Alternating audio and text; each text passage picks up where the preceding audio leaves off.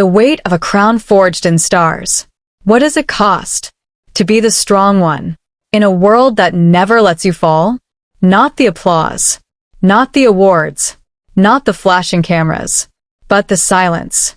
After everyone leaves, before the stadium lights, before the speeches that echoed through the United Nations, before the name the world chants in unison, there was a boy in Seoul who read poetry like oxygen and questioned the shape of the sky. His name was Kim Namjoon. The world would later call him RM. But no one prepares you for becoming a symbol. In a city blazing with neon and ambition, 7 young men stood against impossible odds. Dreams stitched together by hunger and hope. And at the center, a leader barely older than a teenager, asked to carry not just rhythm, but responsibility. Leadership is a quiet crown. It shines from a distance, but up close it cuts into the skin. When the cheers roared like oceans, he stood tall. When the cameras flashed like lightning, he smiled. But when the lights dimmed and silence returned to the hotel room walls, he once confessed, "If I keep caring about what everyone thought, I just felt like I would want to die." Not weakness, not drama, just truth.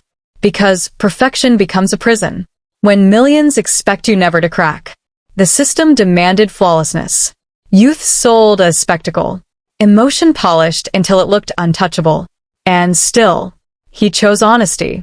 The system is horrible, he once admitted. A dangerous sentence from someone at the top. Yet, that is Namjoon's paradox. A leader who questions power. Even while holding it, pressure did not silence him. It refined him. From that fire, purpose was born. On the stage of the United Nations, microphone steady in his hand, voice echoing across nations. He did not speak as an idol. He spoke as a human. Speak yourself. 3 simple words. But revolutions often begin quietly. He did not preach fame. He did not glorify success. He urged the lonely, the uncertain, the invisible, to believe their voice mattered. Later, standing before world leaders at APEC, he declared, "Culture has no borders."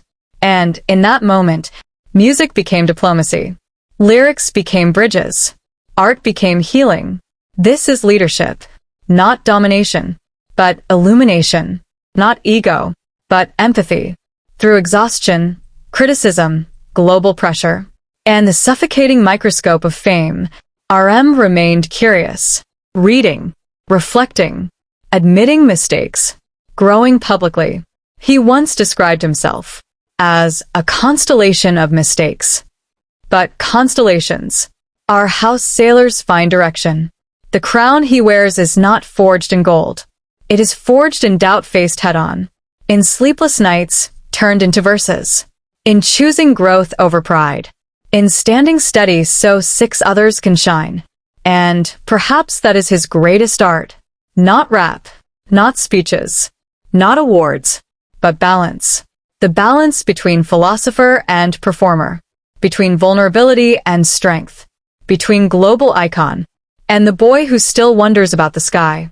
The story is still unfolding, because true leaders do not disappear in silence. They deepen. And now the question turns to you. What does your crown weigh? What pressure has shaped your becoming?